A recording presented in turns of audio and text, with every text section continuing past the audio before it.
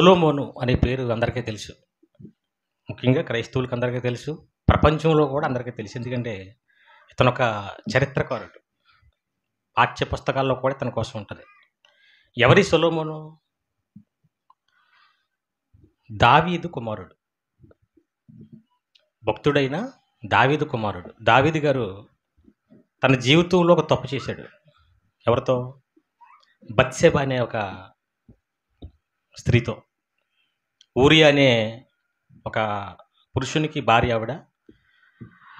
ఆ యూరియా అనే పురుషుడు దావీదు పక్షాన్నే యుద్ధంలో సైనికుడిగా యుద్ధం చేస్తుంటే దావీదు గారు మిద్ది మీద తిరుగుతూ మేడ మీద ఈ బత్షెబ అనే ఆవిడ స్నానం చేస్తుండగా చూసి ఆవిడ నాకు కావాలని కోరుకున్నాడు.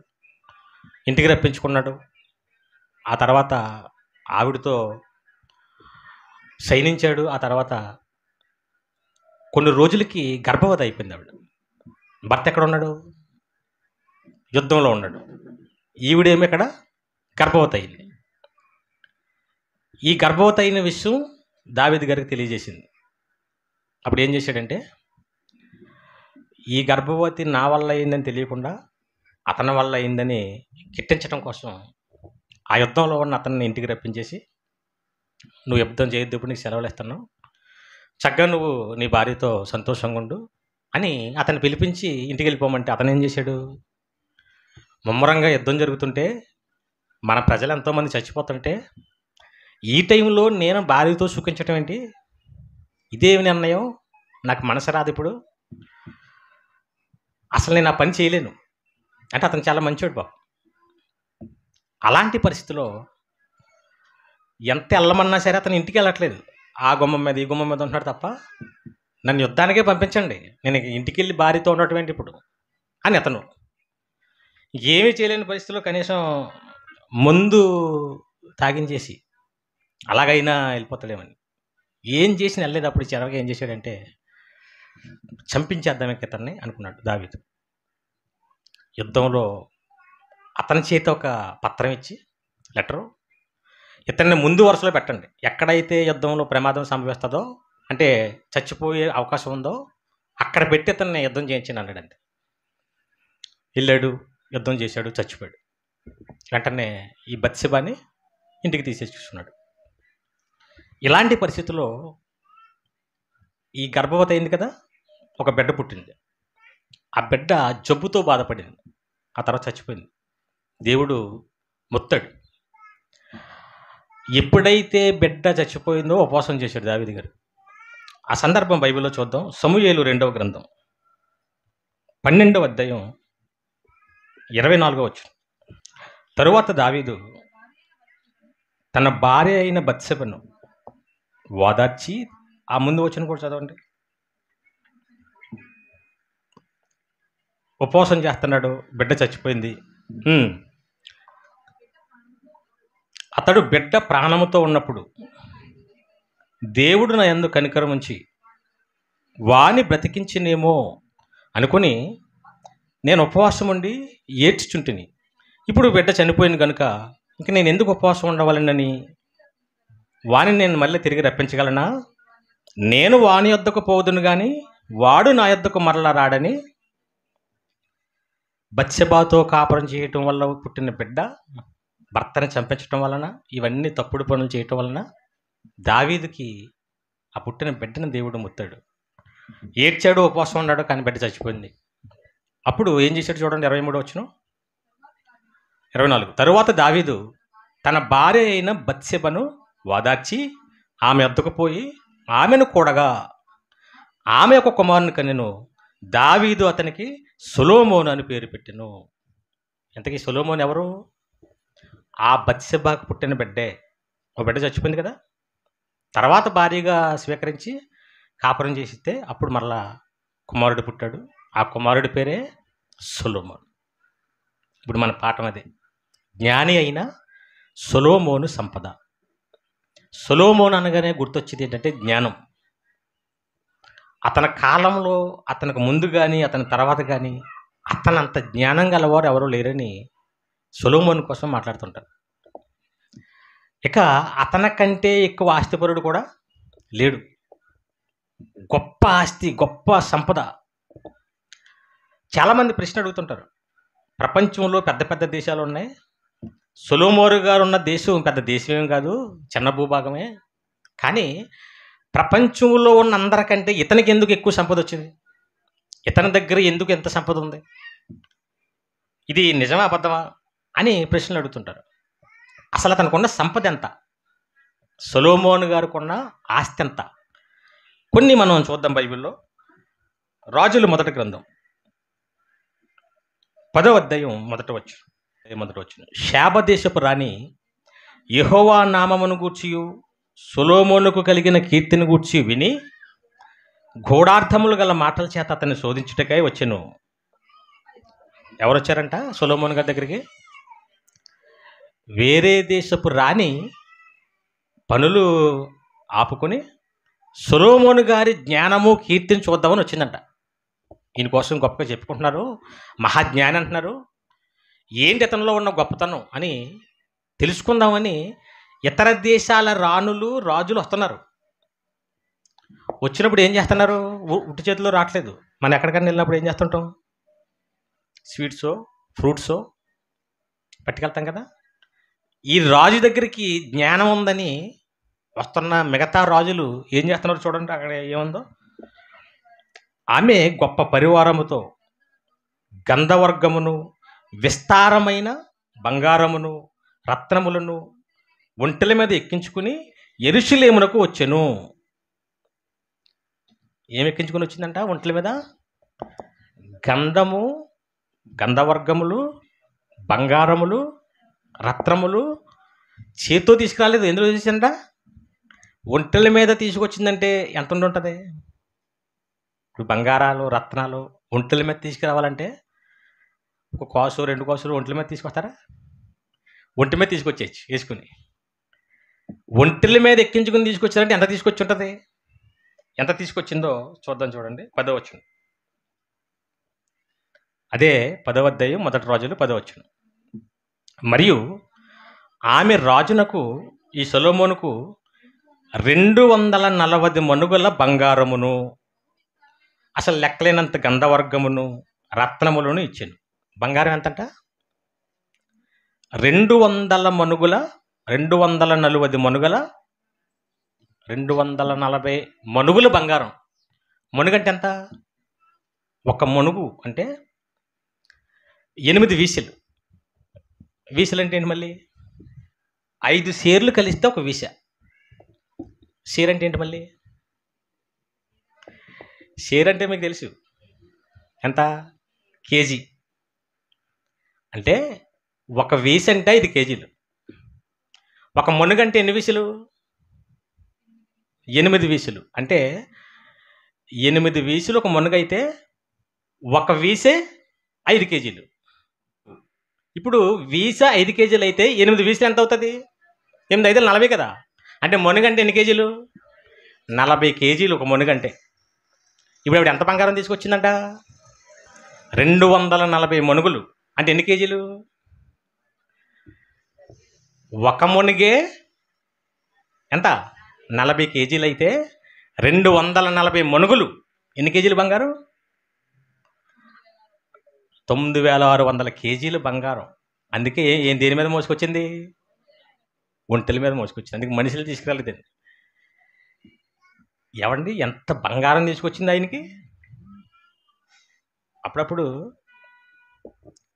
పెళ్ళిళ్ళకి వెళ్తారు కదా, బర్త్డేలకి ఓ చిన్న సైన్ పెడతారు ఆ పిల్లోడికి. దానికి ఎంత బిల్డప్ ఇచ్చుకుంటూ వెళ్తుంటారు. దాన్ని పెద్ద బాక్సు, దానికి రంగురంగుల కవరు, దానికి మళ్ళా హడావిడి.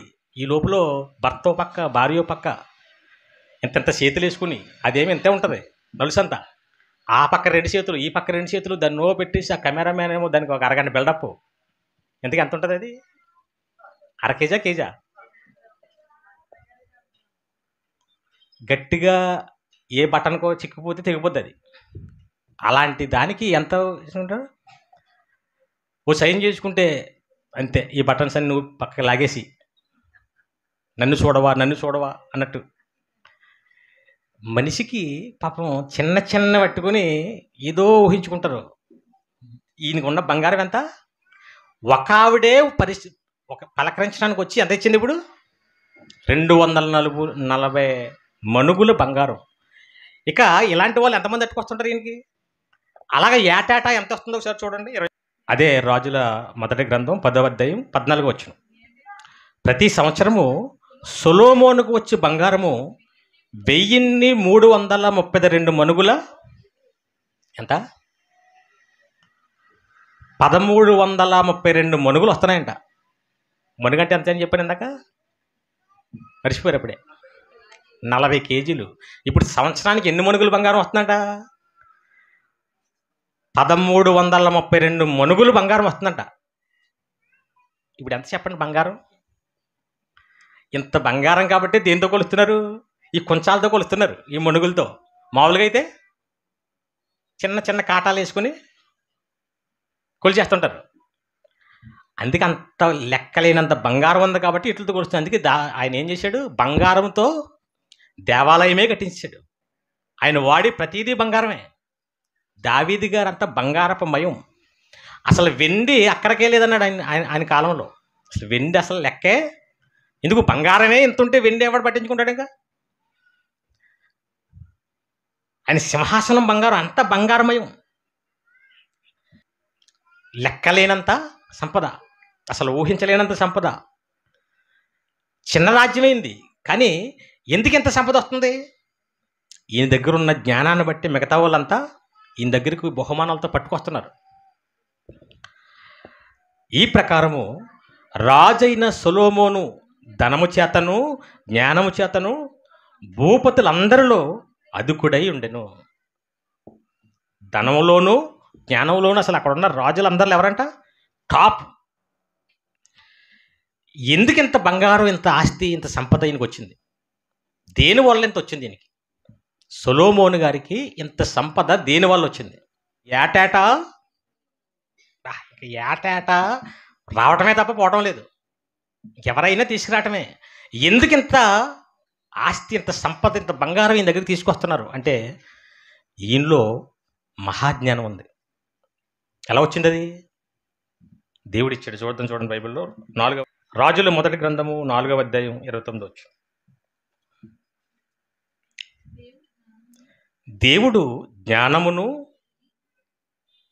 బుద్ధిని వర్ణింప శక్యము కాని వివేచన గల మనస్సును సొలొమోనుకు దయచేసెను. దేవుడు ఏం చేశాడంట? ముందు జ్ఞానం ఇచ్చాడు. దేవుడిని అడగటం కూడా సొలొమోను ఏమడిగాడు? ఆయుష్ కావాలా, నీకేం కావాలని అడిగితే నాకు జ్ఞానం ఇమ్మని అడిగాడు. అంటే జ్ఞానం ఉంటే ఏదైనా మన కాళ్ళ దగ్గరికి రావాల్సిందే. ముందు కావాల్సింది ఏంటి? జ్ఞానం. జ్ఞానమును బుద్ధిని వర్ణింప శక్యము కాని వివేచన గల మనస్సును సొలొమోనుకు దయచేసిన గనుక సొలొమోనుకు కలిగిన జ్ఞానము తూర్పు దేశస్థుల జ్ఞానము కంటేను ఐగుప్తీయుల జ్ఞానం అంతటి కంటేను అధికమై ఉండెను. అంటే అక్కడున్న ఏ రాజుకి ఈయనతో సాట్లేదు. మహా తెలివిగా ప్రవర్తిస్తున్నాడు. ఈయన తీర్పులు పాఠ్యపుస్తకాల్లో రాశారు. ఇంతకుముందు చెప్పాను మీకు. ఒక 2 తల్లులు బిడ్డలను కంటారు. ఒక తల్లి నిద్రపోతా బిడ్డ మీద పడితే బిడ్డ చచ్చిపోతాడు. అప్పుడు ఆ తల్లి ఏం చేస్తుంది? ఆ పక్కన ఉన్న బిడ్డని తీసుకొచ్చేసి నా బిడ్డని అబద్ధమాడి మార్చేస్తుంది. తీరా ఈ తల్లి లేచి చూస్తే బిడ్డ ఉండడు. ఈ బిడ్డే నా బిడ్డని ఈవిడ అంటది. ఇద్దరి మధ్య గొడవ. నా బిడ్డ నా బిడ్డ, నా బిడ్డ నా బిడ్డ. ఇది ఎక్కడ జరిగింది అనుకుంటున్నారు? సొలొమోను గారి కాలంలో జరిగింది. ఈ గొడవని సొలొమోను గారి దగ్గరికి తీసుకొచ్చారు. ఇద్దరికి బిడ్డలు పుట్టారండి. ఒక బిడ్డ అయితే చచ్చిపోయింది. ఏ తల్లి బిడ్డ చచ్చిపోయిందో తెలియట్లేదు. ఓ బిడ్డ మాత్రం మిగిలింది. నా బిడ్డే నా బిడ్డని ఇద్దరు కొట్లాడుతున్నారు అనగానే ఇప్పుడు దీన్ని తెలివిగా తగువ తీర్చాలి. ఎలా తీర్చాలి? జ్ఞానం కదా సొలొమోను గారికి. వెంటనే అడిగాడు ఇద్దరిని నిలబెట్టి, అమ్మా నీ బిడ్డేనా? అవును బాబు నా బిడ్డే. తన బిడ్డని చంపేసుకుని నా బిడ్డనే తీసుకెళ్ళిపోయి అబద్ధం ఆడుతుంది. ఈవిని అడిగితే అవునయ్యా నా బిడ్డే, తన బిడ్డని చంపేసుకుని నా బిడ్డని అబద్ధం ఆడుతుంది అనగానే అయితే కత్తి పట్టరండి, బిడ్డని 2 ముక్కలు చేద్దాం, చెరువు మొక్క ఇచ్చేద్దాం అన్నాడు. ఇప్పుడు దొంగ తల్లి ఏం చేసింది? ఓకే, చేసేయండి అంటే ఆవిడ ఏమనుకుంది? ఎలాగో నా బిడ్డ పోయాడు, ఇంక ఈ బిడ్డ పోయినా నాకేం ప్రాబ్లం ఏముంది, తనకే ఉండడు నాకే ఉండడు, గొడవ వదులుతుంది అనుకుంది. వెంటనే అసలు తల్లి ఏమంది? వద్దొద్దొద్దు, నాకు ఇవ్వకపోయినా పర్లేదు, బిడ్డ బతుకుంటే చాలు, ఆవిడ దగ్గర ఉన్నా పర్లేదు, దయచేసి బిడ్డను మాత్రం చెప్పకండి, ఆవిడకి ఇచ్చేయండి. అప్పుడు అర్థమైంది ఏమిటి, కన్న తల్లి ఈవిడ దొంగదే, బిడ్డను చంపేసుకుంది. ఇలాంటి తీర్పులు తీర్చాడు సొలొమోను గారు. ఇలాంటి జ్ఞానం వినడానికి చూడడానికి దేశాల నుంచి వచ్చేస్తున్నారు. అంటే ఇతనికి వచ్చిన సంపద వెనక రహస్యం ఏంటి? ఈ సంపద ఎందుకు వచ్చేస్తుంది, ఎందుకు అంత గొప్ప పేరు వచ్చింది? జ్ఞానం. మనుషుల దగ్గర లేని ఒక జ్ఞానం ఈయన దగ్గర ఉంది. ఆ జ్ఞానం ఉంటే అన్నీ మన కాళ్ళ దగ్గరికి ఏదైనా వస్తుంది. ఎలాన్ మస్క్ ప్రపంచంలో ఇప్పుడు అత్యంత ధనవంతుడు. ఒకసారి చెప్పాను మీకు. అతనికి అంత ధనం ఎలా వచ్చిందంటే అతని తెలివి, దాని మీద ఫోకస్ పెట్టాడు. డబ్బే సంపాదించాలనుకున్నాడు. అది శాశ్వతం కాదని తెలియదు అతనికి, కానీ అతని తెలివితో సంపాదించుకుంటున్నాడు. సొలొమోను గారి దగ్గరికి పరిగెత్తుకుని వస్తుందంటే, కాళ్ళ దగ్గరికి బంగారం ఏంటి, రత్నాలు ఏంటి, ఇవన్నీ వస్తున్నాయంటే దానికి కారణం ఏంటి? ఆయనలో ఉన్న దేవుడిచ్చిన జ్ఞానం. అది ఉంటే ఏదైనా సాధ్యమవుతుంది, ఏదైనా వస్తుంది. 1 రాజులు 11:3. అతనికి 700 మంది రాజకుమార్తెలైన, ఎంతమంది? రాణులు, అంటే రాజులకు పుట్టిన రాజకుమార్తెలు, ఏదో రోడ్డు పంట పోయేవాళ్ళు కాదు. 700 మందిని ఎలా చేశారంటే ఇతనికి ఆలోచించండి. మామూలుగా ఎప్పుడన్నా ఆలోచిస్తాం కదా. 700 మందిని ఎలాగ ఇచ్చారు, వాళ్ళు ఎలా చేసుకున్నారు, అసలు ఎందుకు చేసుకున్నారంటే ఇదే ఈయన కీర్తి, ఈయన జ్ఞానం టాప్ లెవెల్లో ఉన్నాడు. ఏ రాజు అయినా బానిస అయిపోతున్నాడు తనకి. బా, నీ జ్ఞానానికి నమస్కారం బాబు, నీతో సంబంధం కలుపుకోవాలి, మీకు మాకు పరిచయం ఉండాలి. 700 మందిని చేసుకున్నాడట. 700 మందిని చేసుకుంటే ఆ రాణులు ఎంత పట్టుకొచ్చుంటారు? అందులో చేసుకోవడం ఎవరిని? రాణులు కదా. ఆ సంపద ఎంత ఈయనకు వచ్చేస్తుంది చూడండి. 700 రాణులు అంటే 700 దేశాల ఆ సంపద. ఇది సరిపోనట్టు మళ్ళీ ఏం చేశాడు మనోడు? ఆ కింద చదవండి. 300 మంది ఉపపత్నులు. ఎంతమంది మళ్ళా? టోటల్ ఎంత? సెంచరీ కాదు ఇది, 10 సెంచరీలు చేశాడు. అవునా? అంటే ఎంత తొలతూ కూడా చూడండి. ఇంకెతను అనుభవించింది ఏది లేదు. ఇతని లోటు అనేది ఏమి? 1000 మంది స్త్రీలు, బంగారం, అడుగేస్తే బంగారం. ఇదంతా ఇతనికి రావడానికి కారణం దేవుడిచ్చిన జ్ఞానం. అందుకే ప్రపంచంలో ముందు ఏమి సంపాదించాలి? జ్ఞానం సంపాదించాలి. జ్ఞానం లేకపోతే వాడి దగ్గర ఎంత ఉన్నా అది వినియోగించుకోలేడు, అది సద్వినియోగం చేసుకోలేడు, అది వేస్ట్ అయిపోతుంటుంది. ముందు ఏమీ లేకపోయినా జ్ఞానం ఉండాలి. జ్ఞానం గలవాడు ఎక్కడైనా, ఒకప్పుడు చూడండి, చదువు ఉన్నవాడు ఏ ఊరైనా వెళ్ళిపోతాడు, డబ్బు లేకపోయినా సరే. ఎవడు ఫోను ఇచ్చుకునో, ఎవడిని అడుగో, డబ్బు ఉంది, అన్నీ ఉన్నాయి, చదువు లేదు, ఏం చేస్తాడు? ఏ బస్సు ఎక్కాలో తెలియదు, ఏ ట్రైన్ ఎక్కాలో తెలియదు. జ్ఞానం అంటే, జ్ఞానం అంటే చదువు అని కాదు, దేవుని జ్ఞానం, వివేకం, తెలివి, ఇది ఉన్నవాడు ఏదైనా సాధించగలడు. ఇప్పుడు ఇది ఎందుకు చెప్పానంటే, సొలొమోను గారికి దేవుడిచ్చిన జ్ఞానాన్ని బట్టి సొలొమోను సంపదలతో తొలతూగాడు, కీర్తితో ప్రపంచాన్నే మెప్పించాడు. అతని కీర్తి, అతని ఘనత, అతని సంపద అందరూ గొప్ప గొప్పగా చెప్పుకుంటుంటారు. భూపతుల్లో అతని వంటి వాడెవరు? అది కదా చదవ, మళ్ళీ చదవండి. 23 వచ్చును. 10 రాజులు 10వ అధ్యాయం 23 వచ్చును. ఈ ప్రకారము రాజైన సొలొమోను ధనము చేతను జ్ఞానము చేతను భూపతులందరిలో అధికుడై ఉండెను.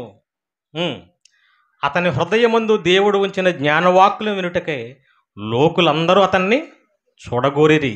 ఏటేటా ఎంతో సంపద తీసుకొస్తున్నారు. ఇంత గొప్పగా ప్రపంచ చరిత్రలో జ్ఞానవంతుడిగా, సంపన్నుడిగా నిలిచిపోవడానికి కారణం ఏంటి? జ్ఞానం. ఇప్పుడు ఇది ఎందుకు చెప్పానంటే, మనం కూడా గొప్పగా జ్ఞానవంతులుగా సంపన్నులుగా ఉండాలంటే మనకు కూడా ఏముండాలి? ఇప్పుడు జ్ఞానం ఉంటే ఏమొస్తుందో చూసామా? జరిగిందా జరగలేదా? అతని దగ్గర అంత లేకపోయినా అతని కాళ్ళ దగ్గరకు వస్తుంది. ఎవరెవరో తీసుకొచ్చేస్తున్నారు. ఏముంది కాబట్టి? జ్ఞానం ఉంది కాబట్టి. ఎక్కడైనా ఏదైనా విలువైన వస్తువు ఉందనుకోండి, అది పాకైనా లేదంటే చిన్న షెడ్ అయినా ఆ వస్తువు కోసం ఎక్కడి నుంచో వెళ్ళిపోతారు. అంటే అక్కడ క్వాలిటీ దొరుకుతుందండి. అంతేనా? జ్ఞానం అనేది పలానా ఆయన దగ్గర ఉంది. ఎంతోమంది రాజులు రాణులు ఆయన దగ్గరికి వచ్చేస్తున్నారు. సొలొమోను గారి దగ్గర ఉన్న ఈ జ్ఞానానికే ఎంత సంపద వచ్చి ఎంత గొప్ప కీర్తి వచ్చిందంటే, ఇప్పుడు సొలొమోను కంటే గొప్ప జ్ఞానం ఉన్నాడు. ఎవరు ఉన్నాడా లేదా? మత్తయి సువార్త 12వ అధ్యాయం 42వ వచనం. సమయమున దక్షిణ దేశపు రాణి ఈ తరము వారితో నిలవబడి వారి మీద నేరస్థాపన చేయును. ఆమె సొలొమోను జ్ఞానం వినుటకు భూమి అంతం నుండి వచ్చెను. ఇదిగో సొలొమోను కంటే గొప్పవాడు ఇక్కడ ఉన్నాడు. ఎవరు? సొలొమోను చెప్పిన జ్ఞానమే గొప్పదనుకుంటే, ఆ జ్ఞానానికి అంత సంపద కీర్తి వస్తే అంతకంటే గొప్పవాడు ఉన్నాడు. అంటే ఎవరు? యేసుక్రీస్తు వారు. ఆ జ్ఞానం ఇప్పుడు ఎవరు నేర్చుకుంటున్నాం? మనం నేర్చుకుంటుంది ఏం జ్ఞానం ఇప్పుడు? సొలొమోను జ్ఞానమా? సొలొమోను కంటే గొప్ప జ్ఞానమా? ఇప్పుడు సొలొమోనుకున్న జ్ఞానానికి అంత సంపద కీర్తి వస్తే అంతకంటే గొప్ప జ్ఞానం నేర్చుకుంటే మనకెంత రావాలి? ఇప్పుడు సొలొమోను జ్ఞానం ఏమి సంపాదించింది? ఈ చిన్న బంగారం, చిన్న రత్నాలు, చిన్న కీర్తి, చిన్న భార్యలు. అవునా? అంటే చిన్న భార్యలు అంటే పోయేది, ఎంత పోయేది.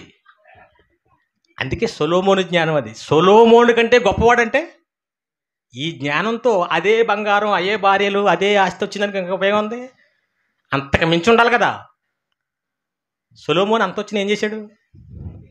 చచ్చిపోయాడు. వదిలేసిపోయాడా లేదా? ఆ బంగారం అంతా పట్టుకెళ్ళాడా? భార్యలను తీసుకెళ్ళాడా? ఆ పేరంతా ఉందా? అసలు ఎంత వరస్ట్ అయిపోయాడు అనుకుంటున్నారు చివరికి? ఇంత జ్ఞానం ఇచ్చి ఇంత గొప్ప చేసిన దేవుణ్ణే వదిలేశాడు. తనకి 700 మంది రాజకుమార్తెలైన భార్యలు, 300 మంది ఉపపత్నులను కలిగిరి.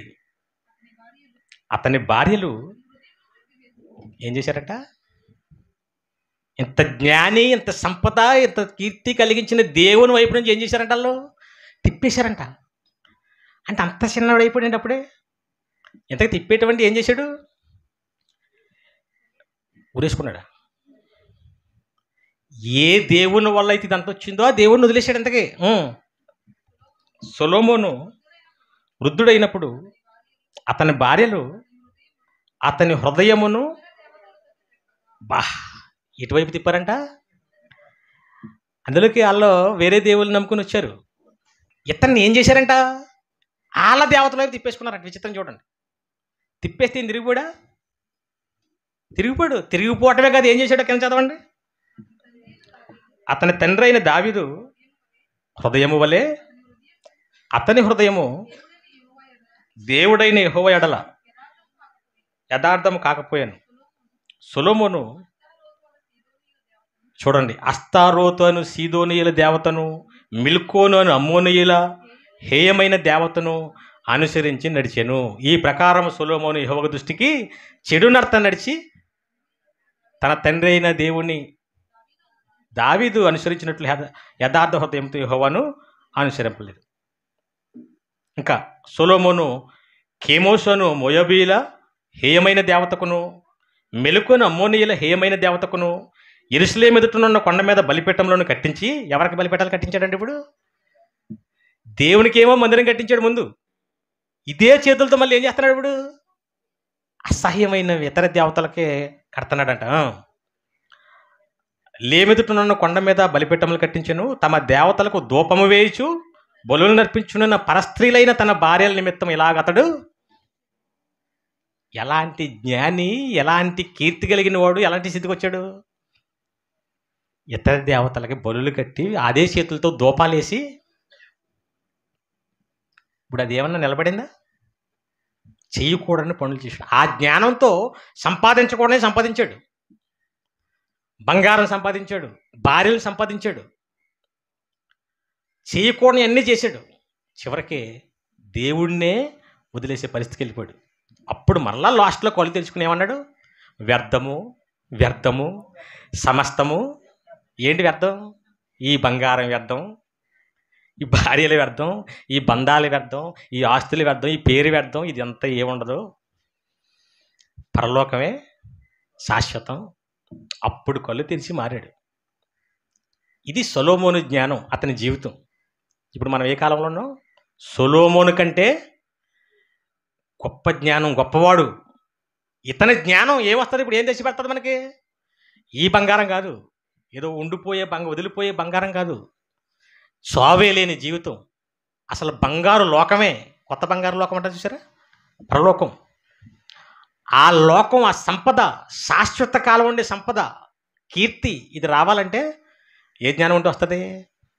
ఇది సొలొమోను కంటే గొప్పవాడు. ఇప్పుడు మనం నేర్చుకుంటున్నది అది. ఇది నేర్చుకుని కూడా మనం దేనివైపు చూస్తాం?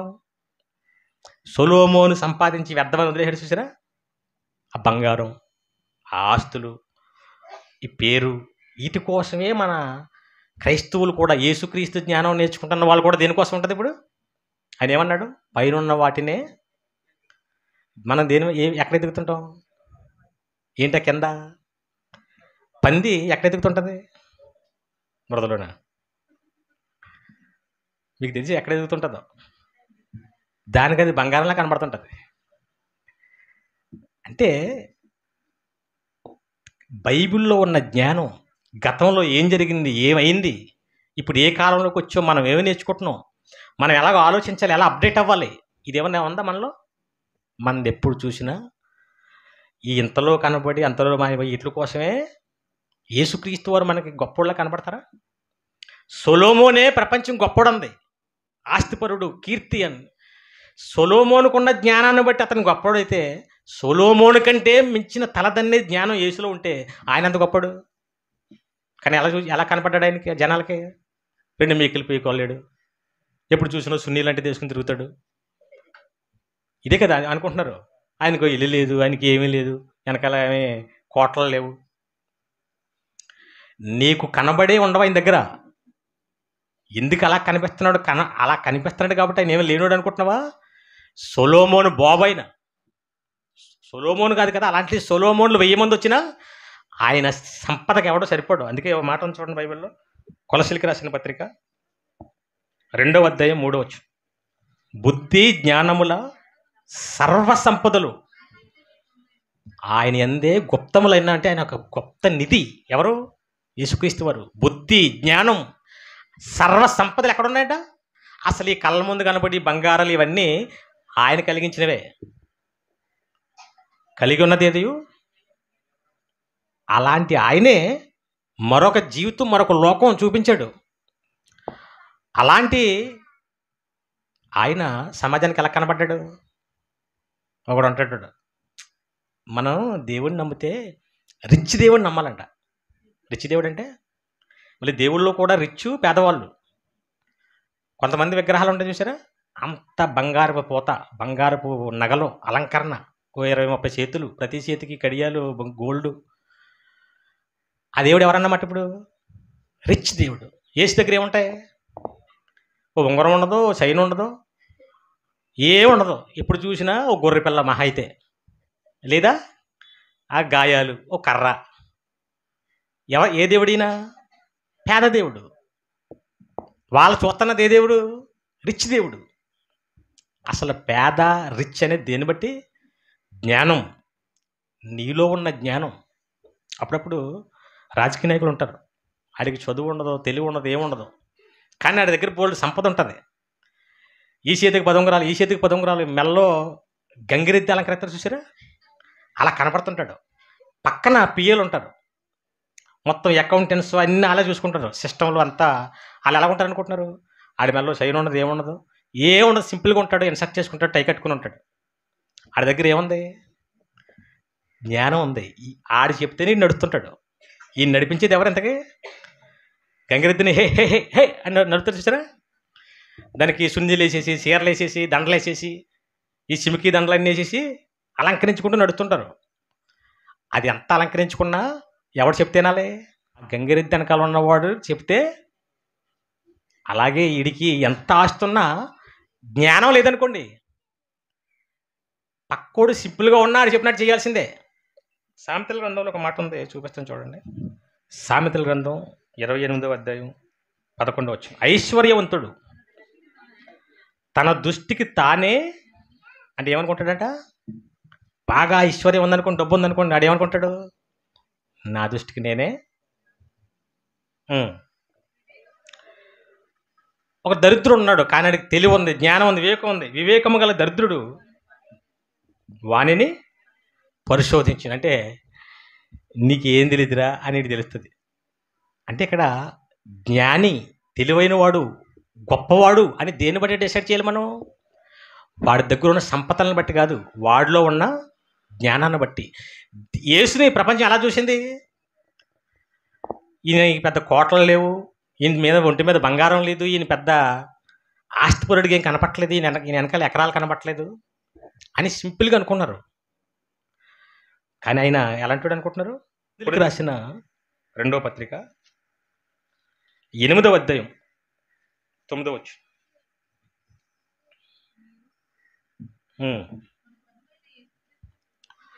మీరు మన ప్రభువైన యేసుక్రీస్తు కృపను ఎరుగుదురా? ఆయన ధనవంతుడై ఉండి మీరు తన దారిద్ర్యము వలన ధనవంతులు కావాలని మీ నిమిత్తము దరిద్రుడాయను. అంటే మనకు కనబడుతున్న 33.5 సంవత్సరాలు ఆయన చూసిన జీవితం చూసి పాపం ఈయన దరిద్రుడేమో అనుకుంటున్నారు, పేదోడేమో అనుకుంటున్నారు. అసలు ముల్లోకాలని ఆయన ఆధీనంలో పెట్టుకుని అంత కెపాసిటీ కలిగిన తండ్రి కుడిపార్శ్వ మీద కూర్చున్న గొప్ప ధనవంతుడైన ఎవరు? యేసుక్రీస్తు వారు. కానీ సమాజానికి ఎలా కనిపించాడు? ఏమీ లేదు, పేదోళ్ళకి తిరిగాడు. ఆయన గొప్పడని ఎవరికి కనబడతారు? జ్ఞానం తెలిసిన వాడికి ఆయన ఎంత గొప్పవాడో, ఆయన ఎంత ధనవంతుడో తెలుస్తుంది. ఈ జ్ఞానం తెలియని వాడికి ఆయన అంత దరిద్రుడు లేడు అనుకుంటారు. అంతేనా కదా? ప్రపంచానికి తెలియదు ఇది, ఇదే శాశ్వతం అనుకుని, కళ్ళ ముందు కనపడుతున్నవే వాస్తవాలు అనుకుని వీటి కోసం పరుగులు ఎడుతుంది సొలొమోను జ్ఞానంలాగా. కానీ సొలొమోను కంటే గొప్పవాడు వచ్చాడు. ఆయన జ్ఞానం తెలిసిన వారు దేనికోసం వెతుకుతారు? అది మోసేకి అర్థమైంది. అల్పకాలము పాపభోగం అనిచ్చుకంటే నాకు అది కావాలన్నాడు. పౌలు దానికోసం చూశాడు. వెనకున్నవ మరచి ముందున్నవి పైనున్న వాటికే, దృశ్యమైనవి అనిత్యములు, అదృశ్యమైనవే. ఈ జ్ఞానం ఎవరికైతే అర్థమవుతుందో వాడు గొప్పడు అయిపోతాడు. ఎప్పుడవుతాడు? ఇక్కడ అంత కీర్తి, ఇక్కడ అంత సంపద లేకపోవచ్చు. కన్ను మూసిన మరుక్షణం ఒక లాజర్లాగా ఎవరు వచ్చేసారు అతని కోసం? ఒక అంగరంగ వైభవంగా దేవదూతలు వచ్చి ఒక విఐపిని తీసుకెళ్తున్నట్టుగా పరదేశంలోకి తీసుకెళ్ళిపోయి, ఆ తర్వాత యేసుక్రీస్తు వారు వచ్చి మరలా పరలోకం యుగయుగాలు ఉండే ఒక అద్భుతమైన సర్వసంపదలు కలిగిన చావులేని జీవితం అది సంపాదించాలి. అది అంటే ఆస్తి, అసలైన ఆస్తి. అంటే అది రావాలంటే ఏ జ్ఞానం ఉండాలి? యేసుక్రీస్తు వారి జ్ఞానం ఉంటే అది వస్తుంది. ఈరోజు సమాజం దానికోసం ఆలోచిస్తున్నారా? దేనికోసం పరుగులాడతారు? ఏదైతే అనుభవించి వ్యర్థం అన్నాడో, వ్యర్థమన్న ఆయన ఏం అనుభవించి వ్యర్థమన్నాడు? చూసాం కదా, 1332 మణుగులు ప్రతి ఏటా సంపాదిస్తున్న అంత బంగారం కలిగిన ఆయన, 1000 మంది స్త్రీలు కలిగిన ఆయన, కోటలు కలిగిన ఆయన మందిరాన్నే 7 సంవత్సరాలు కట్టించాడు. ఏ మందిరం? దేవుని కోసం బంగారం. ఆయన ఉన్న నగరాలు 14 సంవత్సరాలు కట్టించాడు. అంత గొప్ప సుందరవనంగా చేసేసాడు. ఆయన అనుభవించింది ఏమీ లేదు. అంత అనుభవించిన ఆయన ఏం చేశాడు? ఎవరికి వ్యర్థం అంతా, ఇదంతా గాలి కోసం ప్రయాసపడినట్టే. ఇది ఎవడో తీసుకెళ్ళిపోవం, అసలు వేస్ట్ ఇది అన్నాడు అంతే. మొన్న ఇది వెనకటి వల్లే మొన్న అయిపోతుందరా, ఆత్మ దేవుడి స్వాధీనంలోకి వెళ్ళిపోద్దరా అని ఒక సత్యం తెలుసుకుని గొప్పవాడు యేసుక్రీస్తు వారు ఆయన మార్గంలోకి వెళ్ళిపోండి అన్నాడు. ఇప్పుడు ఆ జ్ఞానంలోకి వచ్చిన మనం మరలా ఈ వ్యర్థమైన దానికోసం, వ్యర్థమైన వాటి కోసం నువ్వు పరితపిస్తున్నావంటే నీకేమీ బుర్రకెక్కలేదు. నువ్వు పరితపించాల్సింది దేనికోసం? దేవుని జ్ఞానం ఉండాలి. దేవుని జ్ఞానం కలిగిన వారిని వెంబడించాలి. నీ జీవితం బాగుంటుంది, నీ బ్రతుకులు బాగుంటాయి. పనికిరాని పోయే దానికోసం మనుషులు పోరాడుతున్నారు. క్రైస్తవులే కాదు, సమాజం అంతా దానికోసం పోరాడుతుంది. వాళ్ళు దానికోసం వెంటాడుతున్నారంటే అర్థం ఉంది. దేనికోసం? వాళ్ళకి తెలియదు కాబట్టి. దైవజ్ఞానం, క్రీస్తు మాటలు విని కూడా చనిపోతే మరో జీవితం ఉంది, ఇది ఎప్పుడు ముగిసిపోతుందో తెలియదని క్రైస్తవులు కూడా ఇదే జ్ఞానం కోసం, ఇదే సంపదల కోసం ఇవి చూసుకుని మురిసిపోతున్నారంటే, చిన్న బంగారం నగలు చూసుకుని వాళ్ళ ముఖాలు ఎలా వెలిగిపోతాయి అనుకుంటున్నారు? ఎంత పెద్ద ప్రసంగం చెప్పినా ఆ ముఖంలో ఆ వెలుతురు కనపడదు.